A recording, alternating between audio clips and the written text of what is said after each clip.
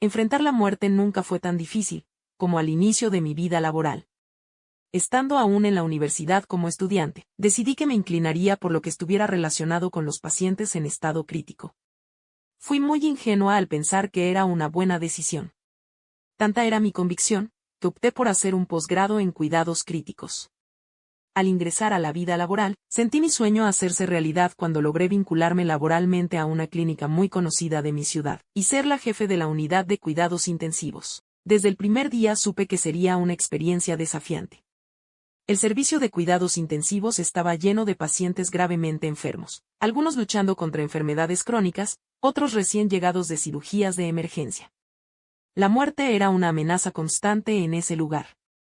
Los primeros turnos fueron emocionantes. Ver un paciente salir de su grave estado de salud y ser dado de alta era en verdad gratificante. Conforme pasaban los días, los casos que ingresaban parecían ser cada vez más complicados. Un día, como siempre, llegué recargada de toda la buena actitud, con ganas de trabajar, y con el deseo de que ese día salieran de alta de la unidad de cuidados intensivos los pacientes que había dejado el día anterior. Pero no fue así. Ese día, cuando estaba en las oficinas de remisiones, entregando unos documentos de un paciente que requería traslado a una clínica de mayor complejidad, miré por la ventana y vi una multitud de gente que llegaba a la clínica, siguiendo la ambulancia que ingresaba por el servicio de urgencias. El sonido de las sirenas aún resuena en mis oídos. La secretaria que me atendía me preguntó que si estaba de turno en cuidados intensivos adultos ese día, le contesté que sí. Entonces me dijo que ese paciente que estaba ingresando venía con orden de ingreso directo a la unidad de cuidados intensivos que estaba a mi cargo y que toda esa gente que venía tras la ambulancia eran amigos y familiares del paciente.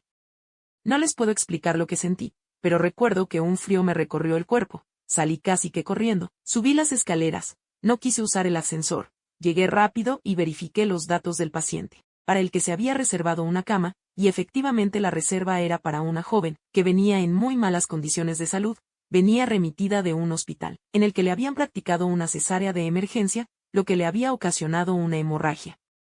La ingresaron justo cuando estaba haciendo un paro cardiorrespiratorio. Inmediatamente entramos el intensivista y yo, iniciamos el protocolo de código azul, comenzamos haciendo reanimación cardiopulmonar, y se administraron los medicamentos que el médico nos iba ordenando.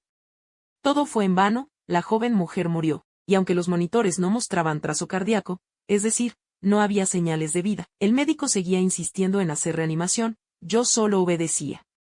Pasados unos minutos, ingresó al servicio otro médico, que le dijo al intensivista que ya la dejara, que ella estaba muerta, y que había sido por causa de un shock hipovolémico, o sea por la gran pérdida de sangre que sufrió.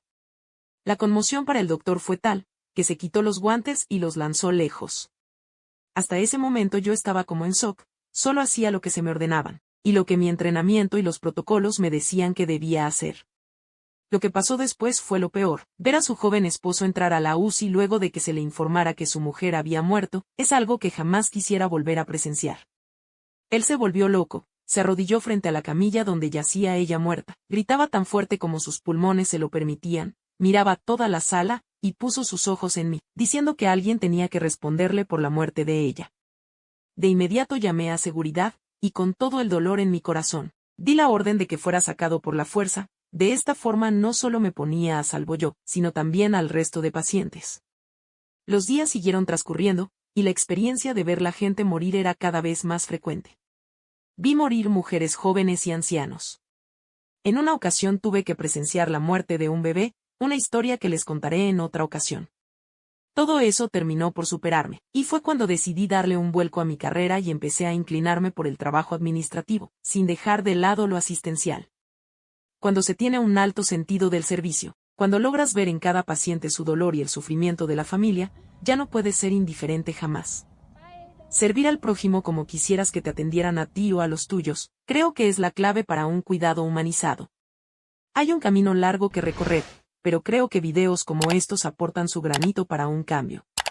Esta historia es real, contada por una enfermera real. Si eres enfermera, y tienes una historia que contar, escríbenos al correo que aparece en pantalla. Nos gustaría contar tu historia en uno de nuestros videos. Por hoy decimos adiós.